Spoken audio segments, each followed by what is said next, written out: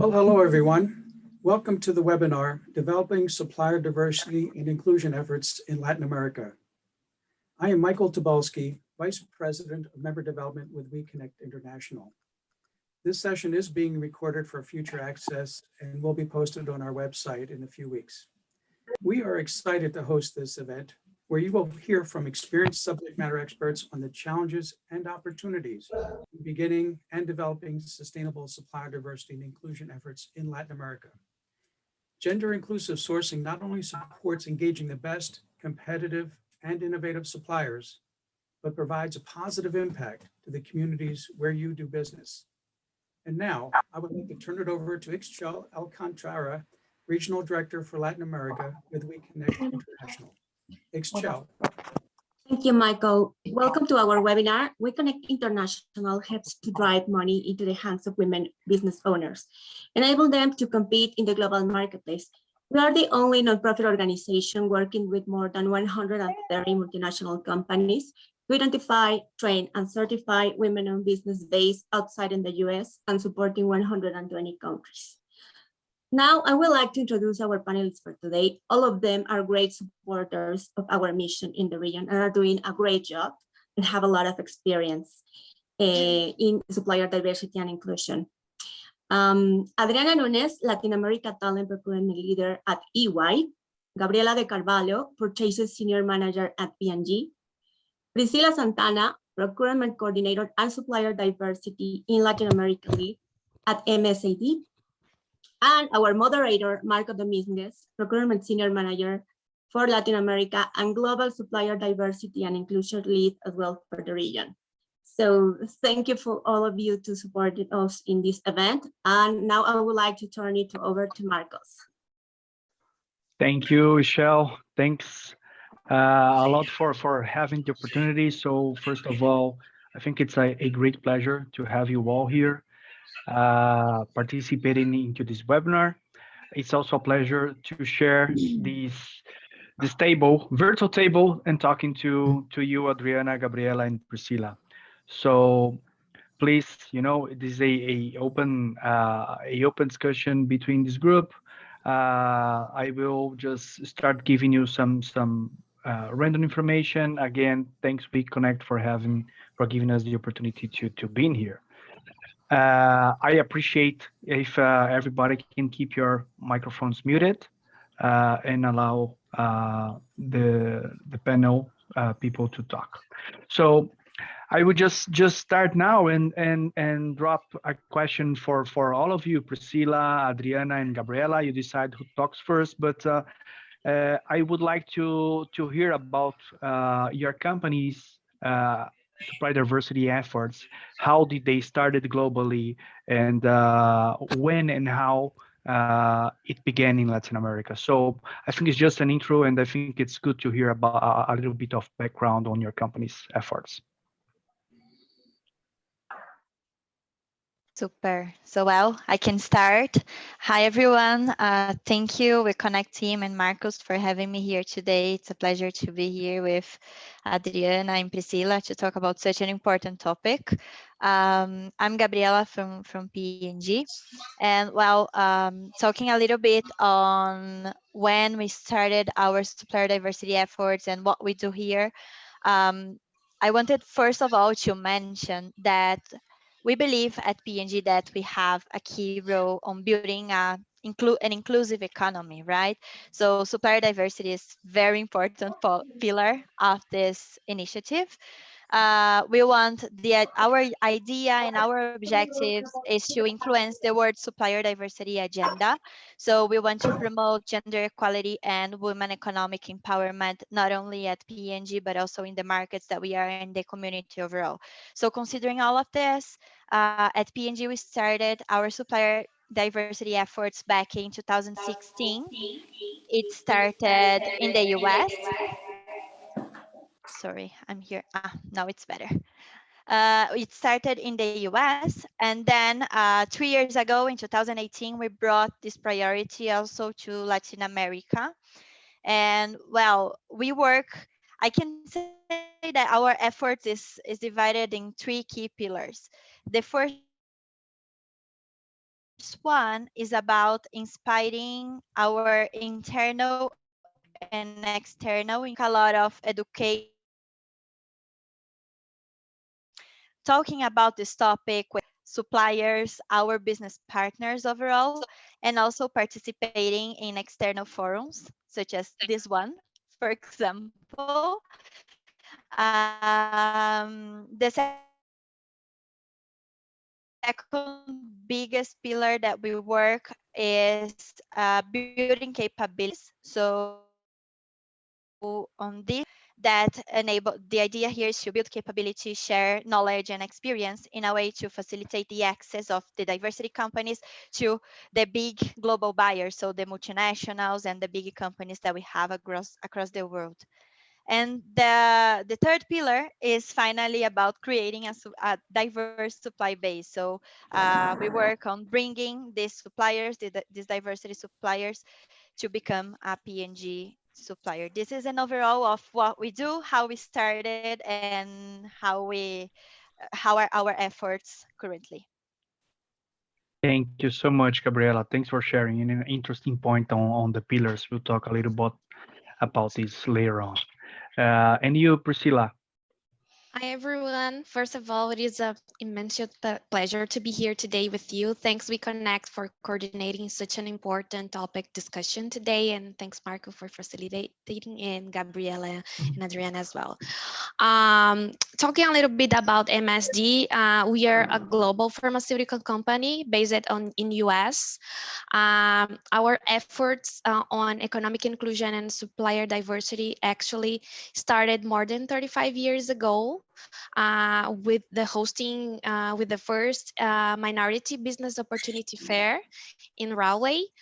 But for Latin America specifically, we have been working with the efforts around 5 years now. It was an interesting journey for all of us because we understand that looking to different regions such as Latin America, when you compare with the US, so we saw some challenge, we find some challenge to start looking to these new initiatives. So we can discuss later. I think Marcos will touch base on that, but we have this journey in collaboration with all such a great organizations such as PAG, Johnson Johnson, and also Ernest Young that are here today. So thank you. Thank you, thank you. And you, Adriana, how is EY set for the program? Yeah, hello everyone. It's a pleasure also to be here with all of you and my friends. Hope we can meet soon in person, right, as before. I think it's so nice to hear from you. And I think Latin America, we probably started kind of same way and faced the same challenges, right?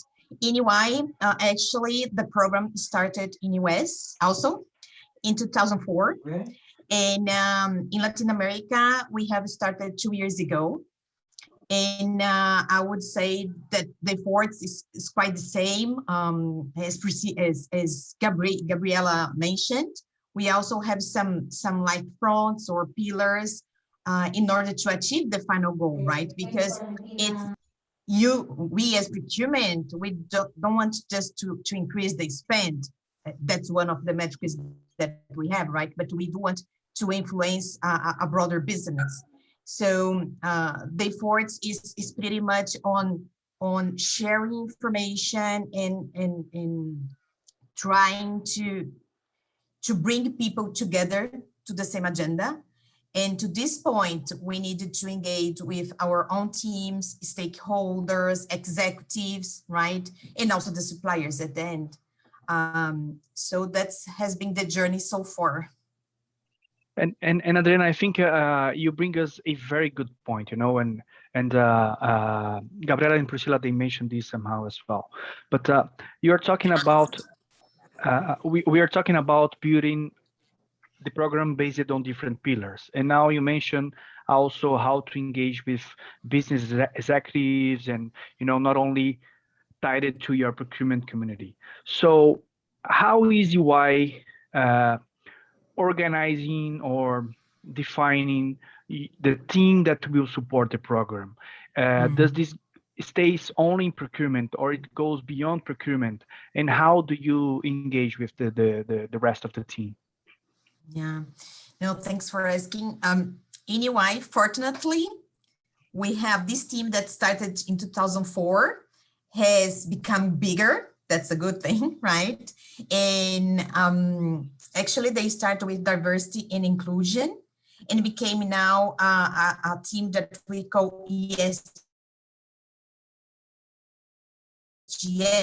so services for ESG. So a more broader agenda with Supplier. That's our main focus here, right? Not only to look for the diversity, that's the main point, but also how we help them in other pillars from ESG that's growing as we know, right? So that's how that's a good thing to have this the support of this global team. They are 7 people, so not much, right? But doing a great job. And of course, they are counting with what we call champions in each region, in order to build this agenda.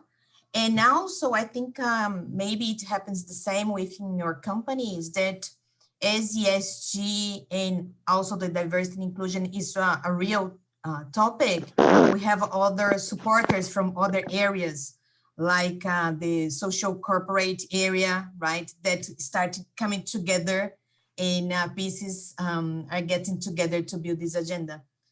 But yes, so in summary, we have this ESGS team, part of procurement, supporting us globally. This is good. This is good.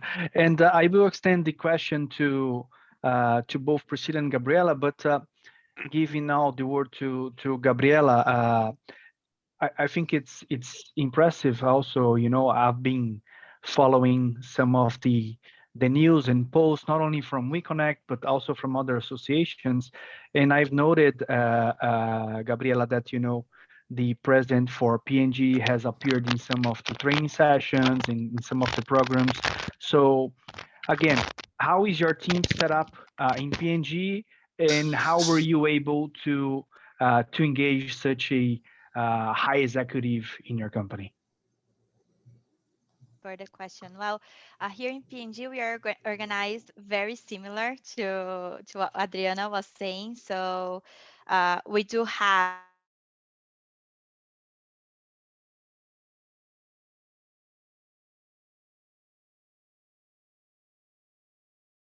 people representing all the PNG areas in marketing, communications, HR, product supply, and so on. Supplier diversity is led by purchases team. We do have, at a global level, we have a dedicated contact that is responsible for women economic empowerment, that when it comes to purchases, she is leading the supplier diversity initiative. And also in each country and each region and each business unit, we have like the supplier diversity champion. So the leader that is responsible for supplier diversity in each country and business unit. The idea is to work on the topic 360, right? So, and well, at a local level, we have local pillars. So people that uh, have chosen to work on supplier diversity on top of their day-to-day priorities. So they have passion for it. And these are the ones that are leading the initiatives at a local basis. And when you ask about leadership engagement, honestly, I need to tell you that it's not that hard when you have this as a priority for the leadership team. So equality and inclusion is a priority for PNG, and supplier diversity as well. So every time that we have an event or something that we want to do with the suppliers or another business partners, we have a huge engagement from the leadership, directors, VPs, and also the general managers are very, very engaged on all the initiatives that we do. It's really good. Thanks for sharing, Gabriela. And Priscilla, what about MSD? What can you add on that? Thanks, Max. I think we all have like similar structures to cover these efforts between the regions. MSD has a global team that has focused on economic inclusion and supplier diversity. And for each region, such as LATAM, EMEA in Canada, JCAP, we have the regional leads. So in addition to that, we are start focusing as well with the category leads to have one person in each sessions to cover the diversity efforts as well. But one thing that is very important that the girls mentioned is that supplier diversity is just a part of a global diversity and inclusion strategy for the company. That does not include only the impact with our suppliers, but with our employees and all our patients and our partners. So this is part of the whole agenda of diversity and inclusion as well. So that's it that we have today, but as procurement, we also have an important role to engage our internal stakeholders to look to these efforts as an opportunity to have new suppliers and with innovative ideas, not only to new projects, but also showing them the economic impact that we have directly to the spend that we have today to this kind of companies. But I see also now that we are in a good way to engage as well with the employees groups that we have, the diversity groups. So this is a good partnership that we start looking at. So for Latin America, for example, we just launched last year the 5 groups of diversity. So it's a good partner as well to engage on these efforts. Yeah, and I can and I echo that. I think not only J&J, all of the companies we are uh, expanding the diversity, equity, and inclusion efforts uh, across procurement globally and across the whole organization. So I think it's really good, and I will tie this to my next question, where I'll talk about challenges in the region and on COVID impact and so. But taking the chance that you have your internal employee groups, connected to equity and inclusion in different ways and in different aspects, how do you see Priscilla now in your company, based on the fact that people, they are connected somehow and they get to know about the topic, but still we have challenges. So tell a bit on the challenges that your company has faced and eventually you still face in Latin America on expanding the program, and eventually how COVID-19 created a new barrier to surpass. Thanks, Mark, for bringing this topic, because I think for the past 5 years, we faced a lot of challenges to start these efforts. The first one is to understand the reality that we have in Latin America is different from what we have on other regions or in US, for example. So the first challenge, it's actually to understand the markets, the regulations that we have, and the kind of companies that could even we could impact really in the economic development. So I think this is the major challenge that we face in the past. Different from other region as well, we have difficult to find organizations such as We Connect.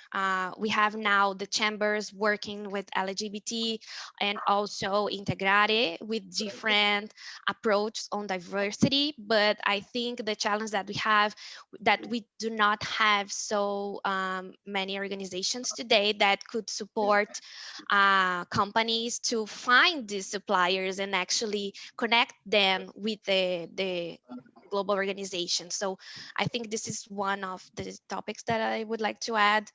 And also, I don't know how many, we know that so many suppliers do not understand that they have this opportunity to engage with us, that we have this kind of efforts dedicated to them. So one challenge is to give them the visibility of global organizations has now open opportunities to engage with them. So I think this is the challenge that I would add, but I'm sure that Adriana or Gabriela can add something here. Yes, I was gonna ask Adriana, are the challenges similar in EY or a bit different, or they complement each other? Yes. Yes, they are. And you know, I think sometimes we also face kind of the same issues, right? Anywhere so diverse as a region. And sometimes I get myself thinking why it's a challenge, right? But it is. And I think when I reflect, I think and one of our challenges is to match the requirements each one of us has as a company. So even the terms, right? When you search for a company that produce X services or X products, even our names can be different, and matching those information is not that easy, right? It's that's the reality, right? But fortunately, that's why I think it's important that we get connected, because again, we know that we need to engage internally, but when we have a group like the one we have, it helps a lot, right? Sharing information. And if I can contribute, I think also a big challenge is not only to bring those suppliers, but to retain, right? And we know that we as global and multinational companies, we have requirements that sometimes those companies are not able to comply with. So maybe the next stage for us will be maybe to review some of the requirements we have, right, to include these people or those companies as we do with employees, right, that with the same topic being applied to human resources. So maybe that's the next stage, and I think it's a big challenge.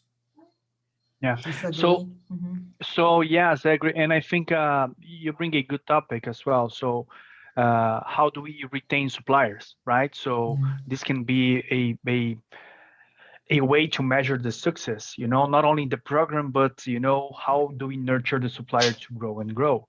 So Gabriela, in PNG, eventually, if you already measure the retainment of suppliers, and how do you in your program, and this topic, maybe this question can be sensitive, because I'll ask you about how do you measure the success for your programs, and maybe retaining suppliers is one of them, and you don't need to disclose, of course, any numbers, but how do you measure the success of your program in PNG? And I will also extend this question to EY as well, because I think you just brought a very interesting topic. Thank you, Marcos. Before answering your question, I just want to add a comment on the past one, because another barrier that we've seen, I agree with Priscilla and Adriana, like finding diverse suppliers and retaining them is a huge barrier at the end of the day. But at PNG, we also faced a huge barrier in terms of building this culture internally, right? The buyers didn't have like supplier diversity in their culture. They didn't even know what this means at the beginning of our journey.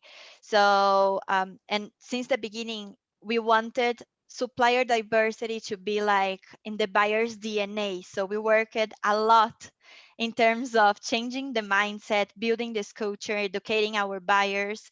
And this was, I can say, this was a huge barrier. It's not easy to change a culture. We didn't want the buyers to see like supplier diversity as another deliverable. We need to deliver this, this, this, and this. No, we want everyone to like embrace supplier diversity as part of their day-to-day activities. So it was definitely not easy. And this is something that we started 3 years ago and we are still doing now. So I just wanted to add this one because I think this is also a huge barrier.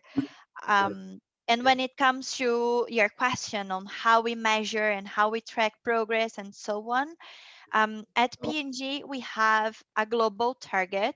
We established that we wanted to spend $3 billion with diverse supplier by 2025. We are translating this target to our local reality. So each country and each business leader can have their own targets. And basically, our tracking is done through a BI. So we mapped all the woman-owned business and the diverse suppliers that we have in our current supplier base. And we also implemented a questionnaire in our vendor creation processes so we can tag the suppliers as diverse once we are creating them. And also for the ones that are already in our supplier base, we identify it and tag them all in a way that now we can track real time how is our spending versus the targets through BI.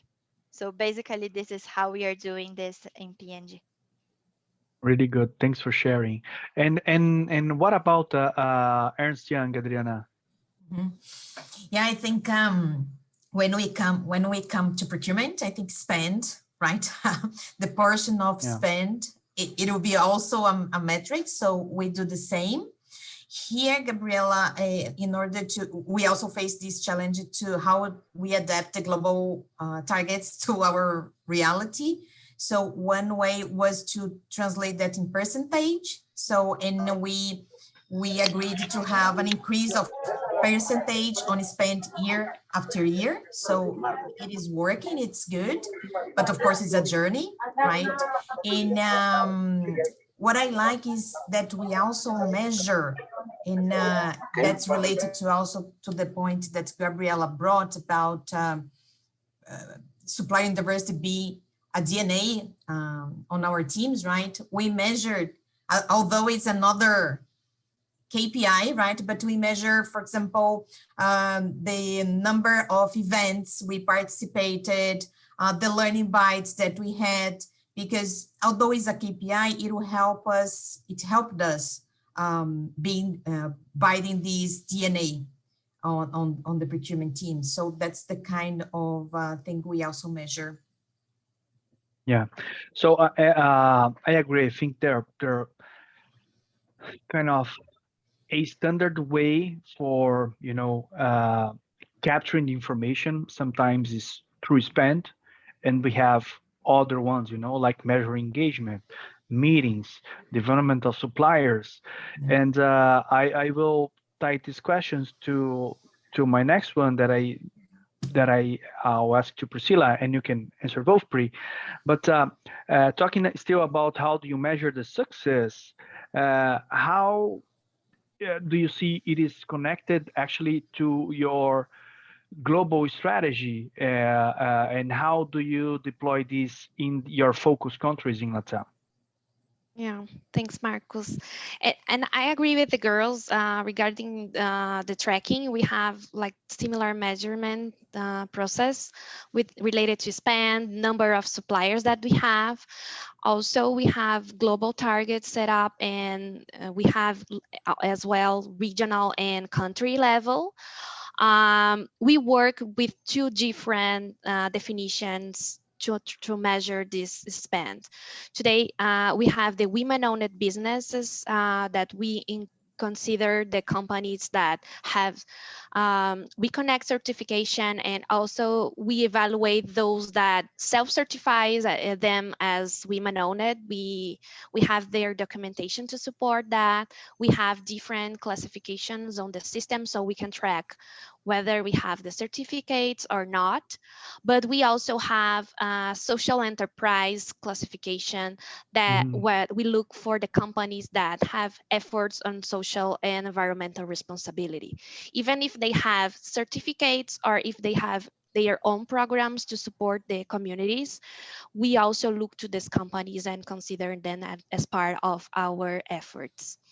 I think something that is very interesting, we already did that in the US, and I think it's a huge opportunity for LATAM as well, is to start measuring the economic impact that we have through these suppliers. So for each dollar that we spend with these companies, how many jobs that we are creating, how many we are impact the market development. So I think this is one opportunity that we can discuss. I think we thought about that in our last meeting with all of you, but I think it's something that we as organization we can work together to start looking to this as well.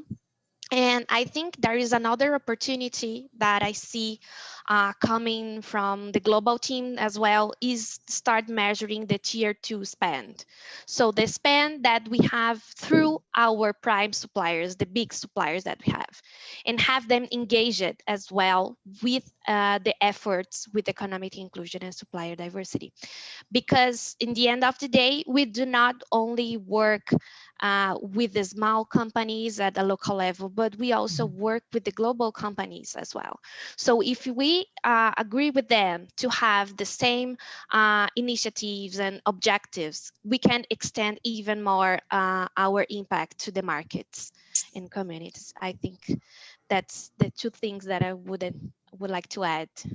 Yeah, and I think it's a common discussion where when we talk about doing using our big for good, so we are big companies, not only the four of us here talking in this panel, but probably most of people hearing this webinar as well. So we have to use our big for good.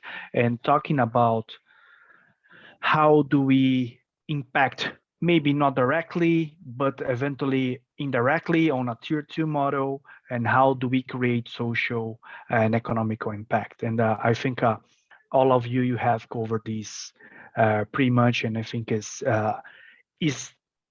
a very good way of thinking just beyond numbers on how do we generate this positive impact through social enterprises or not, talking about women-owned businesses, minority businesses, LGBTQI plus, or even a small business when it's possible for our companies to consider that. So pretty good point to close this question. Let me add something in here. When we're talking about tier 2, how easy, and this was not in our previous script, but how easy or how difficult it is for you today on PNG, EY, and MST to have the visibility, and then to capture, and then or to develop new business on a tier 2, and how much influence do you do for tier 2? And all of you can answer that. Fair. So I'll start. I think that when it comes to tier 2, I think across the globe it's a challenge, right? It's like a barrier for everyone. We started to see something more structured in the US because, well, they have their own laws and regulations and so on. So I can say that in the US, the entire ecosystem is worried about this, and they have tracking metrics, and they've been tracking this better than all the other countries and other regions. So when it comes to Latin America, we are still starting to track and map tier 2. At PNG, we are developing a global process. So we want to apply some of the experiences and some of the success cases that we have in the US across the globe. Um, we are still working on it, but we've been few cases that we are tracking in LA, we've been tracking offline. So we have been receiving reports from the suppliers, so we can in some way track and capture the impact that we have and in the chain. This is how we are doing today, but honestly, it's there's a lot to do on this one. It is. And how do you relate this to EY, Adriana? Yeah. Well, tier 2, how Okay. advanced, huh? And ¿Para un qué? for UI,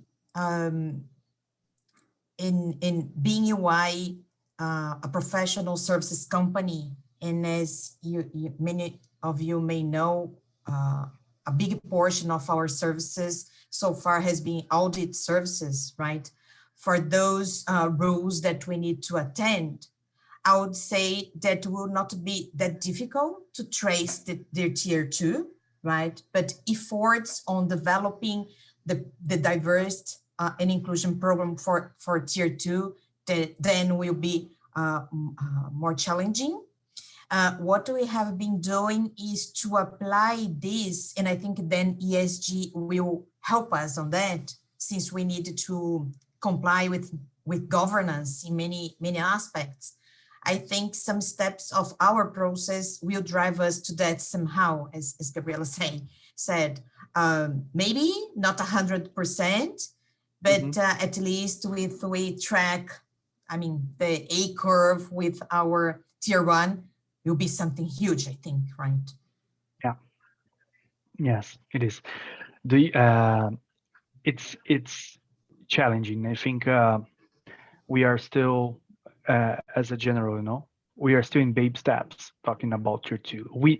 I think we have a North Star. We know where we want to go. We are still trying to find ways to get there. Can I say one thing? Yeah, sure. I think we mentioned so many times here is US, right? I think the 4 of us, right, has big support from them, and they are very experienced. But considering all the people that are here, I think it's maybe also not fair to compare with them, right? They are one country, and we are more than 50 countries, Latin America, with so diverse culture and regulations. So we are doing a great job, and we can learn a lot from them, but the challenge is completely different. Yeah, yes, it is different. And I think in terms of social development, economic development, political environment, it's pretty difficult. Cool. Let me just jump into the next one, and I think this is going to be good to hear from all of you. Talking about the efforts, so trying to understand, if and I like to call this supply diversity, equity, and inclusion journey. So you just don't generate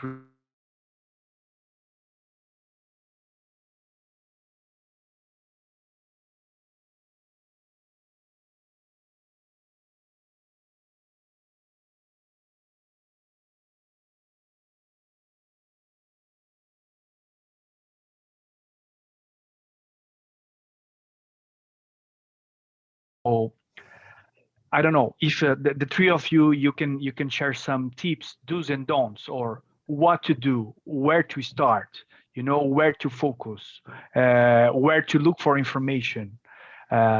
Just would like to hear some final questions, this final answer from you. Can start on that, just bringing my personal experience, because I joined as the regional lead last year, so I learned a lot in the benchmark sessions with you guys, because we have a lot of best practices to share, a lot of success stories that all of you have been working in the past years, with mentorship programs, with stakeholder engagement. I think a good way to start is connect with the people that currently has focused on diversity efforts. So I think this is something that it helped me a lot. Also, from the other side, uh, the connections with the advocacy groups such as We Connect, Integrate, the NGLCC chambers that we have now in Latin America. It's also a good way to understand the market regulations, the barriers that they face it looking into those suppliers. And with that information, you should start looking inside your company, understand your currently supplier database before you start looking outside. So I think for me, those three would be the first three steps to start looking on new initiatives in the region.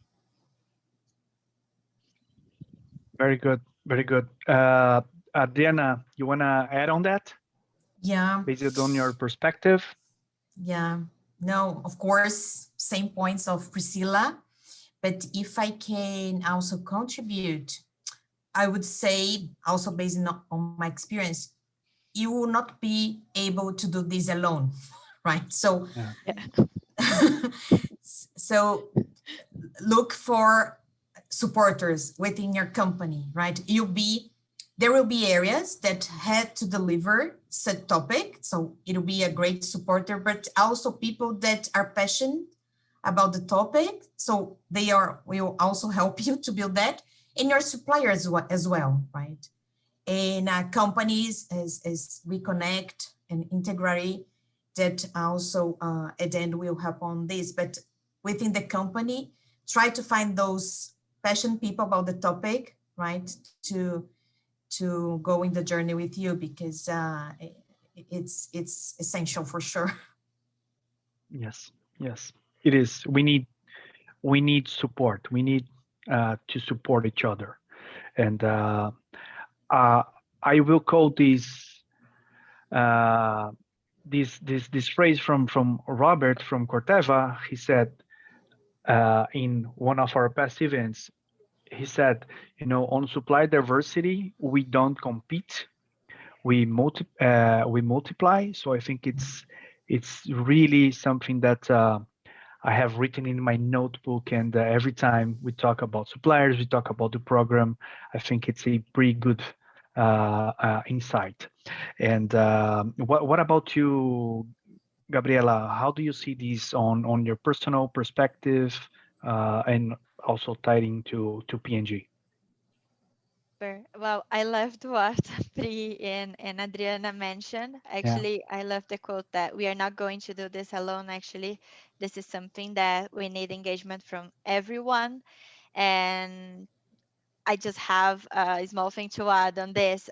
To get engagement, you need to ensure that first, this is a priority for the leaders as well. If not, no one is going to work towards supplier diversity. So you need to ensure this is a priority. And you also need to work a lot on education. You're not going to do this alone. You need all the buyers to be working on it. So you need to ensure that everyone knows what it is, why this is important, and what is expected from them. So if you don't have like these pillars that we just mentioned, it's not going to work. You're going to do everything that you can, but it's not going to change. Like you need everyone to be onboarded and supporting the initiatives. Otherwise, you're not going to succeed. So this is the only thing that I would add. I just wanted to reinforce as well the point that Priscilla was mentioning on the importance of having partners such as We Connect, for example. I think they simplify a lot our work because they're like the gurus. They know everything. What all the other companies were trying, what was a success story, what was a failure at the end of the day. So having these connections with them, it's really, really valuable. So I just wanted to reinforce this. Thanks, Gabi. Really, really good point. And I really love it. All the three answers to this question. I think it comes to kind of a personal touch. Personal desire to get things moving, and to see the programs in your company growing. I can relate to this. You know, we use this extra rat in our heads because we really love this subject, and I think it's been really good discussion. I think we are about, you know, to be short on time. There are a few questions on the chat that Camila has been reviewing those, and she's gonna read some of them for us. And the other ones we cannot answer eventually. We can just answer by email to all the participants in here. Thank you, Marcos. Hi, everyone. I'm Camila Ribeiro, the member buyer manager for We Connect International at Latin America. Before going to the questions, we do have lots of questions, so thank you everyone who sent questions. I would like to thank once again Marcos for leading this conversation, and Adriana, Gabriela, and Priscilla for accepting the invitation. It was a very rich conversation. That's why we have lots of questions, so let's just jump in and we can answer the majority of them. So I think I will put together the first two questions that we received because they are kind of similar. So Lubia asked, what kind of adjustments were made in your global supplier diversity and inclusion efforts when you brought them to Latin America, since we have a big range of ethnic groups? And then German or Herman asked more or less the same. How broad is the term minority defined within your supplier inclusion programs for Latin America? And how do you track suppliers, and do you track suppliers owned by indigenous and ethnic minorities as well? So I think I won't direct the questions to anyone specifically, and Marcos, you can also answer in name of J&J, of course. Oh, the floor is for ladies today. I think I can answer. Hi, Lubia. Thanks for sharing the question. Yes, you know, it was also an experience because I was expecting to apply the same guidelines, the same policy, the same process when I brought it to LATAM. But then I learned, and I was kind of in a hurry to do that, right? Because of the passion I have about the term, about the topic. But then I figure out that it's a reality that the minority definition can vary from region to region. And legally, actually, we need to take care about this legally. So for example, in US, maybe we can use a term that we cannot use here and vice versa, right? So that's one of the things that we need to review.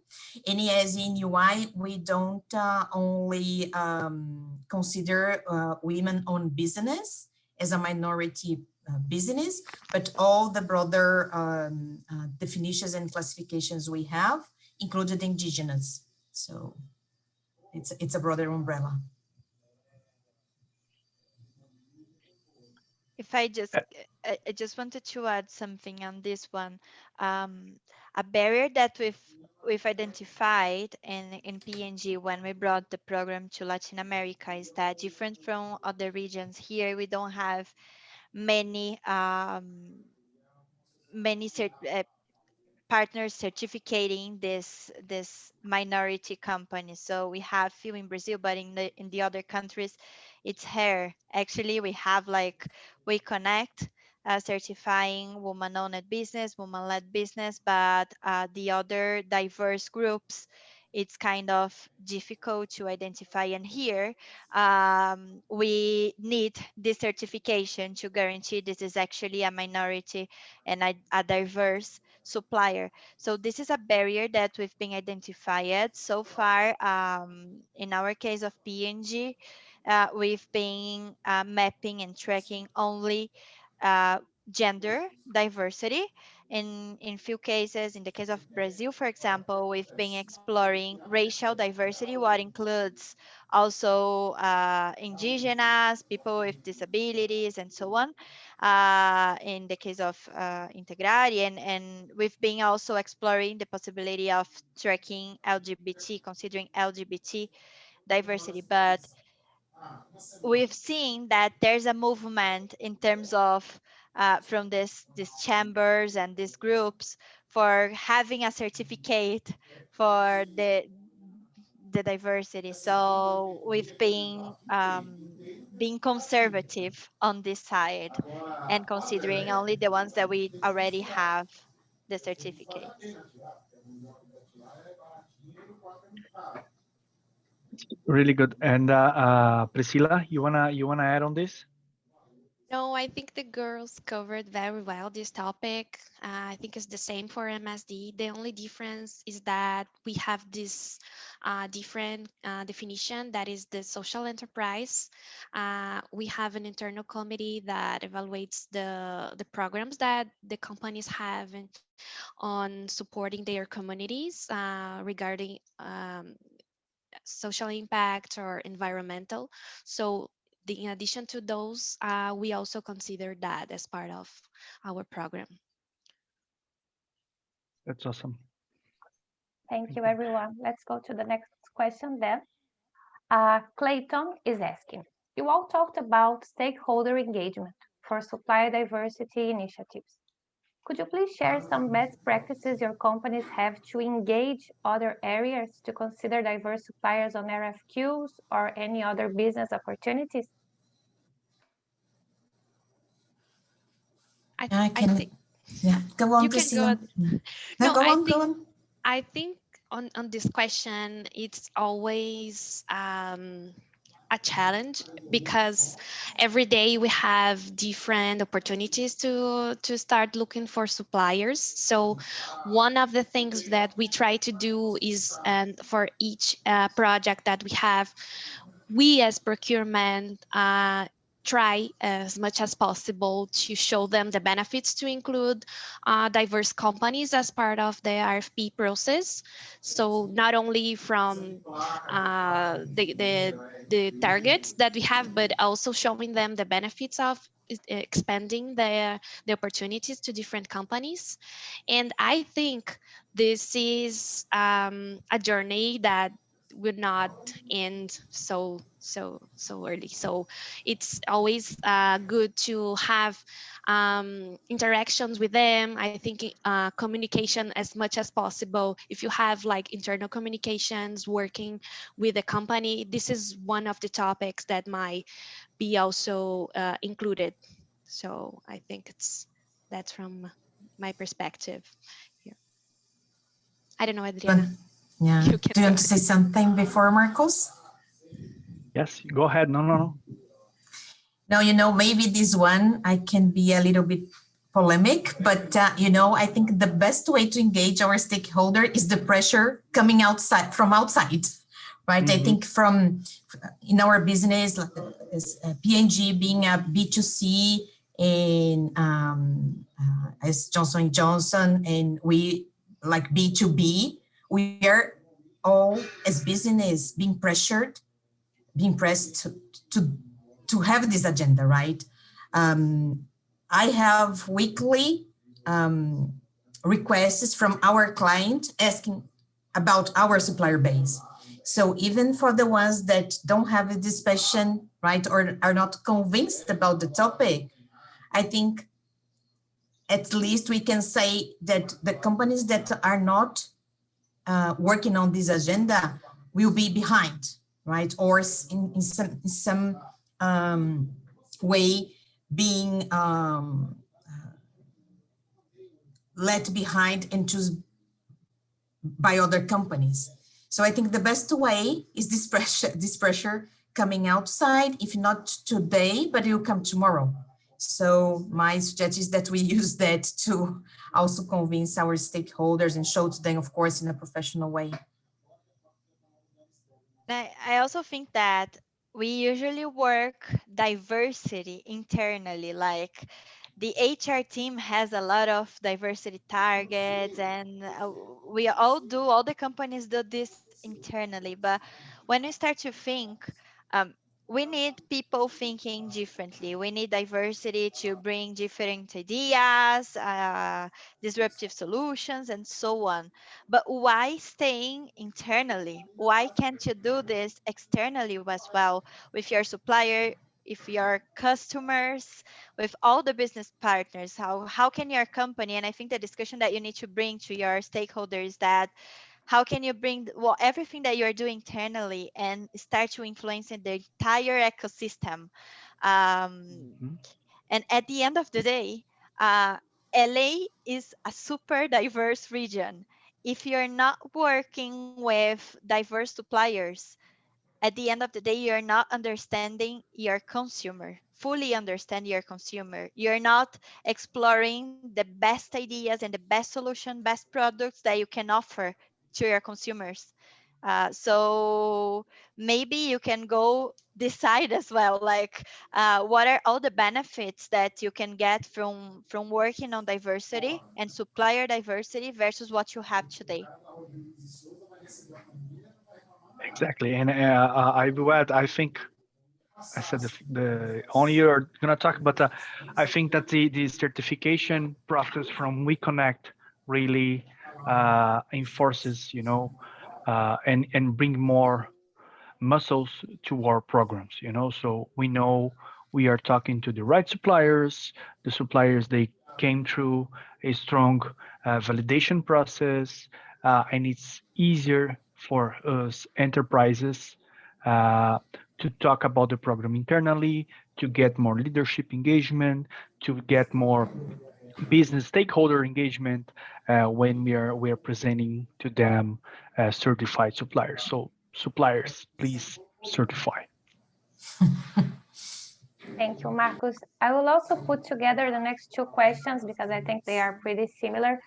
So Anna asked, do you have spend goals for the region that are recognized and aligned with the executive leadership in the region? I know some of you already mentioned that, but maybe you can clarify some points. And Leslie is asking regarding that, if you are only accepting certified diverse business when you report your spend goal. So question for everyone again. Ladies?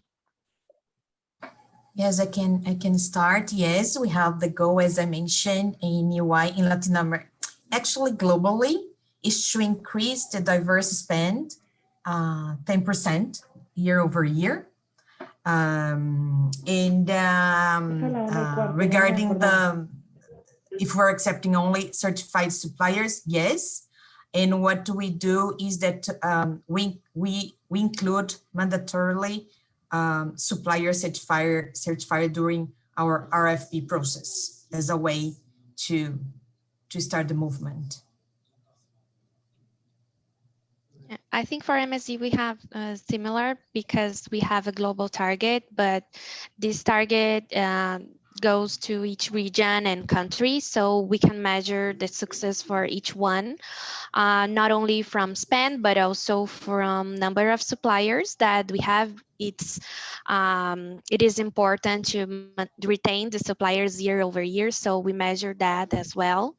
But as I mentioned before, we have this different classification that is social enterprise. So we track that as well, but we have different classifications when we talk about report. So we have both, but we can see part of them of certified and those who not. So. Yeah, Cami, I think the same for me. I don't have much to add on this one because I answered before. But yes, we do have the global targets that I mentioned, and they are translated to LA as well. And in terms of the tracking, we also track only the certified companies. Great, thanks. So we still have lots of questions that were not answered, but we are running out of time. So we'll answer them through mail later. And if anyone here has any additional questions, I just wrote my email on the chat box. If you want to contact me directly with specific questions, I can also send them to our panelists. So thank you everyone for joining the event today. We are very happy to have received all of you. And thanks once again to Marcos, Priscila, Gabriela, and Adriana. It was a great conversation. And we'll see you in the next event. Thank you so much. Bye-bye. Thank you so much. Thanks. Thanks, everyone. Thank you. Bye-bye. Thank you. See soon. Bye-bye. Thank you. Take care. Take care.